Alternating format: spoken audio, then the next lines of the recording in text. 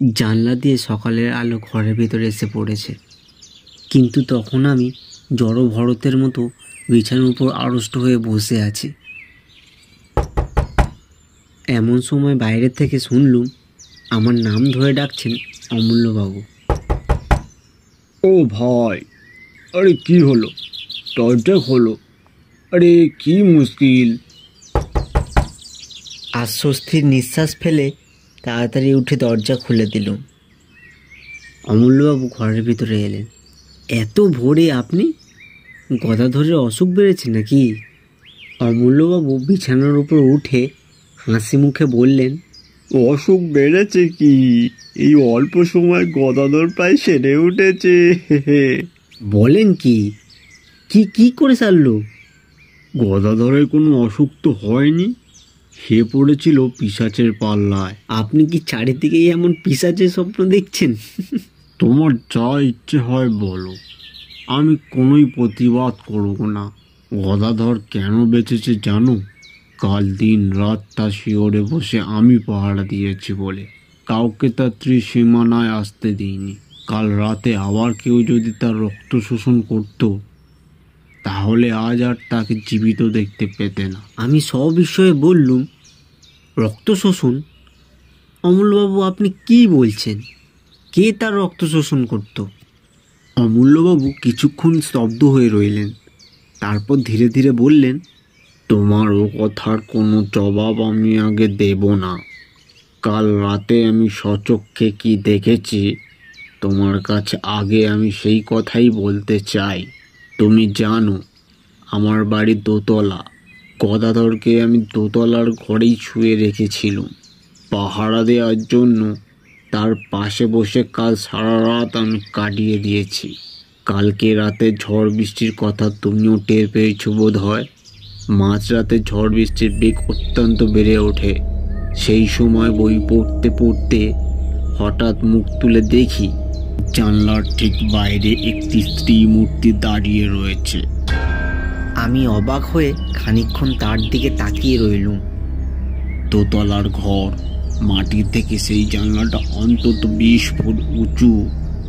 সেখানে কোনো স্বাভাবিক মানুষের মূর্তির আবির্ভাব যে সম্ভব নয়, এ কথা তুমি বুঝতেই পারছো। আমি অবাক হয়ে তার দিকে খানিকক্ষণ তাকিয়ে রইলুম। ঘরের আলো তার মুখের উপর গিয়ে পড়েছিল। তাকে দেখেই আমি চিনতে পারলুম। কি সে কিছু আন্দাজ করতে পারো? আমি হতভম্বের মতো ঘাড় নেড়ে জানালুম, না। অমূল্যবাবু বললেন, সে মূর্তি হচ্ছে মিসেস কুমুদিনী চৌধুরী।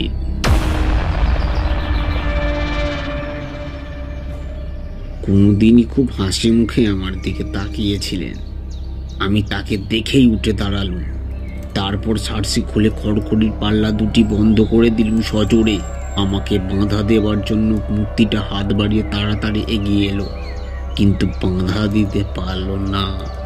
আমার মনে হলো জানলা বন্ধ করবার সময় তার ডান হাতখানা পাল্লার তলায় পড়ে চেপটে গেল। তারপরও জানলার উপর আরো কয়েকবার কড়া হাতের শব্দ শুনতে পেয়েছি, কিন্তু সেদিকে আমি আর ভ্রুক্ষেপ করলাম না। এখন বলো, আমার কথা পাগলের গল্পের মতো মনে হচ্ছে? আমি রুদ্ধশ্বাসে বলে উঠলুম, অমূল্যবাবু, অমূল্যবাবু আপনি কি বলছেন? মিসেস কুমুদিনী চৌধুরী? অমূল্যবাবু বাঁধা দিয়ে বললেন, শোনো, টেলিগ্রামে আমি আরেক খবর আনিয়েছি। পেশোয়ারে মিসেস কুমুদিনীর স্বামী মারা যান অ্যানিমিয়া রোগে, আর মিসেস কুমুদিনী চৌধুরীও তার মৃত্যুর 15 দিন আগে দেহ ত্যাগ করেছেন। আমার সারা শরীর কেমন একটা করতে লাগলো। আমি কাঁপতে কাঁপতে টেবিলে একটা কোণ ধরে তাড়াতাড়ি বসে পড়লুম। অনেকক্ষণ পরে নিজেকে সামলে নিয়ে অমূল্যবাবুর কাছে আমি কাল রাতে যা দেখেছি সেই ঘটনাটা খুলে বললুম। অমূল্যবাবু কি একটা বলতে যাচ্ছিলেন, হঠাৎ দরজার দিকে তাকিয়ে থেমে গেলেন। ফিরে দেখলুম বাংলো সিঁড়ি দিয়ে বারান্দায় এসে উঠলেন মিসেস কুমুদিনী চৌধুরী। তাকে দেখেই সবার আগে আমার চোখ পড়ল তার ডান হাতের দিকে। তার ডান হাতে ব্যান্ডেজ বাঁধা, কুমুদিনীও আস্তে আস্তে অমূল্যবাবুকে আমার ঘরে দেখে থমকে দাঁড়িয়ে পড়লেন। তার মুখে চোখে এমন একটা অমানসিক বিশ্রী ভাব জেগে উঠল, যা কোনোদিন কোনো মানুষেরই মুখে আমি লক্ষ্য করিনি। তারপরেই দিক বেদিক জ্ঞান হারিয়ে তীরের মতো তিনি বারান্দার উপর থেকে নেমে গেলেন এবং সেই রকম বেগেই সামনের দিকে ছুটে চললেন।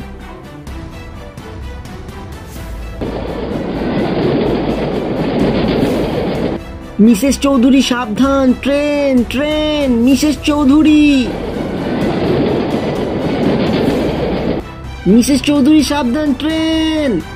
কিন্তু আমার মুখের কথা মুখেই রইল। আমার বাংলো সামনে দিয়ে যে রেলপথ চলে গেছে, কুমুদিনী তার উপরে গিয়ে দাঁড়াতে না দাঁড়াতেই একখানা ইঞ্জিন হুড়মুড় করে একেবারে তার দেহের উপরে এসে পড়ল। ভয়ে আমি দু চোখ বুজে ফেললুম। সঙ্গে সঙ্গে শুনলুম একটা তীক্ষ্ণ ও মর্মভেদী আর্তনাদ। তারপরেই সব স্তব্ধ। খানিকক্ষণ আচ্ছন্নের মতন দাঁড়িয়ে রইলুম। আমার চারিদিকে পৃথিবী যেন ঘুরতে লাগলো এবং সেই অবস্থাতেই শুনলুম অমূল্যবাবু বলছেন, স্থির হও ভাই, স্থির হও। ট্রেনে যে চাপা পড়ল ও কোনো মানুষের দেহ নয়, ও হচ্ছে কোনো পিশাচে আশ্রিত দেহ। ঝাঁঝার গোরস্থানে মিসেস কুমুদিনী চৌধুরীর দেহ কবর দেয়া হলো। তারপর মাসখানেক কেটে গেল। এই ভীষণ ঘটনার ছাপ আমাদেরও মনের উপর থেকে ধীরে ধীরে অস্পষ্ট হয়ে আসতে লাগলো। কিন্তু এই ঘটনার সঙ্গে জড়িত একটা বিষয়ের সম্বন্ধে এখনো আমাদের মনে ধাঁধা ঘুচল না। ঝাঁঝায় রক্ত স্বল্পতা রোগের বাড়াবাড়ি এখনো কমল না কেন? তাই নিয়ে প্রায় আমাদের মধ্যে আলোচনা হয়। অমূল্যবাবু পর্যন্ত ধাঁধায় পড়ে গেছেন। তিনিও মাঝে মাঝে আশ্চর্য হয়ে বলেন, তাই তো হে, রক্ত স্বল্পতা রোগটা এখানে সংক্রামক হয়ে দাঁড়ালো নাকি? এর কারণ তো কিছুই বোঝা যাচ্ছে না। কিছুদিন পরে একদিন নদীর ধার থেকে ফিরতে আমার রাত হয়ে গেল। সে রাতটা ছিল চমৎকার। পরিপূর্ণ পূর্ণিমা নদীর জলকে যেন মেজে ঘষে রূপোর মতো চকচক করে তুলেছে এবং চারদিক ধপধপ করছে প্রায় দিনের বেলার মতো। এই পূর্ণিমার শোভা দেখবার জন্যই এতক্ষণ আমি নদীর ধারে অপেক্ষা করছিলাম। বিভোর হয়ে চারিদিকে তাকাতে তাকাতে বাড়ির পথে ফিরে আসছি। গভীর স্তব্ধতার ভিতরে ঝিঝি পোকার ডাক ছাড়া আর কোনো কিছুরই সাড়া পাওয়া যাচ্ছে না। পথও একান্ত নির্জন। প্রাণে হঠাৎ গান গাইবার স্বাদ হলো। এমন রাতে সৃষ্টি তো গান গাইবার জন্যই। কিন্তু গান গাইবার উপক্রম করতেই সামনের দিকে তাকিয়ে যা দেখলুম, তাতে আমার বুকের রক্ত যেন হিম হয়ে গেল। পথের একটা মোড় ফিরে প্রায় আমার সামনে এসে দাঁড়ালেন মিসেস কুমুদিনী চৌধুরী। আমার দেখবার কোনোই ভুল হয়নি। তেমন উজ্জ্বল পূর্ণিমায় ভুল হওয়ার কোনো সম্ভাবনাই ছিল না। ভাগ্যে কুমুদিনী অন্যদিকে তাকিয়েছিলেন, তাই আমাকে তিনি দেখতে পেলেন না। আমি তাড়াতাড়ি একটা গাছের আড়ালে সরে গেলুম। কুমুদিনী সেই পথ ধরে একদিকে অগ্রসর হলেন। আমি স্তম্ভিত চোখে লক্ষ্য করলুম তার দেহ যেন মাটির উপর দিয়ে পা ফেলে হেঁটে যাচ্ছে না, শূন্য দিয়ে ভেসে যাচ্ছে একখানা মেঘের মতন। পথের বাঁকে সেই অদ্ভুত ও ভীষণ মূর্তি অদৃশ্য হয়ে গেল এবং আমিও ছুটতে লাগলুম রুদ্ধশ্বাসে, আতঙ্কে ও বিস্ময় বিহ্বল হয়ে। ছুটতে ছুটতে একেবারে অমূল্যবাবুর বাড়িতে। অমূল্যবাবু বৈঠকখানায় একা বসে বই পড়ছিলেন। হঠাৎ আমাকে সেইভাবে সেখানে গিয়ে পড়তে দেখে নির্বাক বিস্ময়ে আমার দিকে মুখ তুলে তাকিয়ে রইলেন। আমি প্রায় রুদ্ধস্বরে বলে উঠলুম, মিসেস চৌধুরী, মিসেস চৌধুরী, অমূল্যবাবু, এইমাত্র মিসেস চৌধুরীর সঙ্গে আমার দেখা হলো। অমূল্যবাবু সিধে হয়ে দাঁড়িয়ে উঠে বললেন, তার মানে? আমি হাঁপাতে হাঁপাতে বললুম, নদীর পথ দিয়ে ফিরে আসছিলাম। মিসেস কুমুদিনী চৌধুরী প্রায় আমার পাশ দিয়ে এইমাত্র চলে গেলেন অমূল্যবাবু। তুমি ঠিক দেখেছো? আপনাকে যেমন ঠিক দেখছি তাকেও ঠিক তেমনই দেখেছি। ওঠো ওঠো, আর দেরি নয়, এক্ষুনি আমার সঙ্গে চলো। এখন কোনো কথা জিজ্ঞাসা করো না, চলো। অমূল্যবাবু হাত ধরে আমাকে টেনে নিয়ে দ্রুতপদে ঘর থেকে বেরিয়ে এলেন। তারপর বাগানের কোণ থেকে একটা শাবল ও একখানা কোদাল তুলে নিয়ে কোদালখানা আমার হাতে দিয়ে বললেন, এসো আমার সঙ্গে। আমি যন্ত্রচালিতের মতো তার সঙ্গে চললুম। আবার সেই নদীর পথ, চারদিক তেমনই নীরব ও নির্জন, আকাশে তেমনই স্বপ্নময় চাঁদের হাসি। নিবিড় বন জঙ্গল ও পাহাড়ের পর পাহাড় দাঁড়িয়ে আছে যেন ছবিতে আঁকা। কিন্তু সেসব দৃশ্য দেখবার মতো মনের অবস্থা তখন আমার ছিল না। আমার প্রাণ থেকে সমস্ত কবিত্ব তখন কর্পূরের মতো উবে গিয়েছিল। নিস্তব্ধতা বিদীর্ণ করে একটা পেঁচা চেঁচিয়ে উঠল। শিউরে উঠে আমি ভাবলুম, ঝোপে ঝাড়ে আড়ালে আবছায় যেসব অশরীরী দুষ্টু আত্মা রক্ত তৃষ্ণায় উন্মুখ হয়ে আছে, ওই নিশাচর পাখিটা যেন তাদেরই সাবধান করে জানিয়ে দিল, তোমরা প্রস্তুত হও, পৃথিবীর শারীরিক প্রাণী আসছে। ওই তো ঝাঁঝার গোরস্থান, কবরের পর কবর সারি সারি দেখা যাচ্ছে, তাদের উপরে ইটের বা পাথরের গাঁথনি, পাশ থেকে নদীর জলে ত্রাণ ভেসে আসছে অশান্ত তালে। একটা ঝোপের ভিতরে আমাকে টেনে নিয়ে গিয়ে অমূল্যবাবু বললেন, এইখানে স্থির হয়ে লুকিয়ে বসে থাকি, এসো, সাবধান, কোনো কথা কয়ও না। সারা রাত সেইখানে আড়ষ্ট হয়ে দুইজনে বসে রইলুম। সেদিনকারে সেই রাতটাকে আর পৃথিবীর রাত বলে মনে হলো না। ইহলোকে থেকেও আমরা যেন পরলোকে বাসিন্দা হয়েছি। চাঁদ পশ্চিম আকাশের শেষ প্রান্তে, পূর্ব দিকে ধীরে ধীরে যেন মৃতরাত্রির বুকে রক্ত ঝরে পড়তে লাগলো। ভোর হচ্ছে। হঠাৎ অমূল্যবাবু আমার গা টিপলেন। চমকে ফিরে দেখি নিবিড় বনের ভেতর থেকে মেঘের মতো গতিতে এক অপার্থব নারী মূর্তি বাইরে বেরিয়ে আসছে। মিসেস কুমুদিনী চৌধুরী।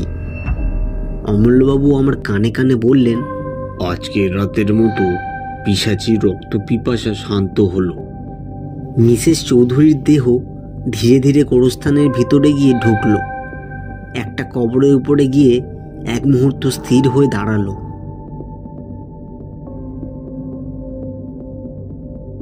তারপর আচমকা শূন্যে দুই হাত তুলে এমন প্রচণ্ড তীক্ষ্ণ স্বরে হি হি করে অট্টহাসি করে উঠল যে আমার সমস্ত বুকটা যেন বরফের মতো ঠান্ডা হয়ে গেল।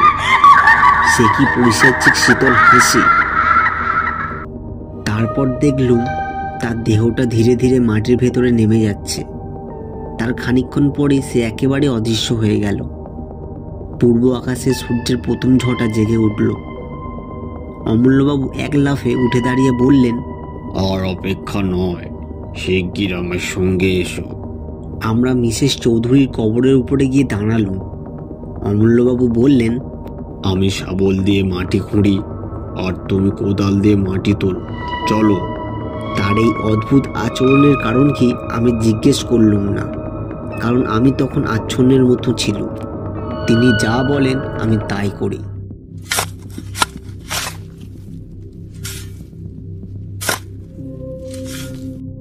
অল্পক্ষণ পরেই কফিনটা দেখা গেল। অমূল্যবাবু বললেন, দেখো, এইবারে আমি কফিনের ডালাটা খুলবো, তারপর আমি যা করব তুমি তাতে আমাকে বাধা দিও না। শুধু এটুকু মনে রেখো, কফিনের ভেতরে যে দেহ আছে সেটা কোনো মানুষের দেহ নয়। অমূল্যবাবু দুই হাতে টেনে কফিনের ডালাটা খুলে ফেললেন। আমি স্তম্ভিত চোখে দেখলাম কফিনের ভেতরে শুয়ে আছে মিসেস কুমুদিনী চৌধুরীর পরিপূর্ণ দেহ। সে দেহ দেখলে মনে হয় না তা কোনোদিন ট্রেনে কাটা পড়েছিল। সেটা 1 মাস আগে কোনো গলিত মৃতদেহ নয়। তার তাজা মুখ অত্যন্ত প্রফুল্ল ও তার ঠোঁটের চারপাশে তরল রক্তধারা লেগে রয়েছে এবং তার জীবন্ত চোখ দুটো সহাস্য দৃষ্টিতে আমার মুখের দিকে তাকিয়ে আছে। অমূল্যবাবু 2 হাত তুলে শাবলটা হঠাৎ মাথার উপর তুলে ধরলেন। তারপর সজোরে ও সবেগে শাবলটা মৃতদেহের বুকের উপর বসিয়ে দিলেন। ইঞ্জিনের বাঁশির আওয়াজের মতো এক তীব্র দীর্ঘ আর্তনাদে আকাশ বাতাস পরিপূর্ণ হয়ে গেল। তারপর সব চুপচাপ।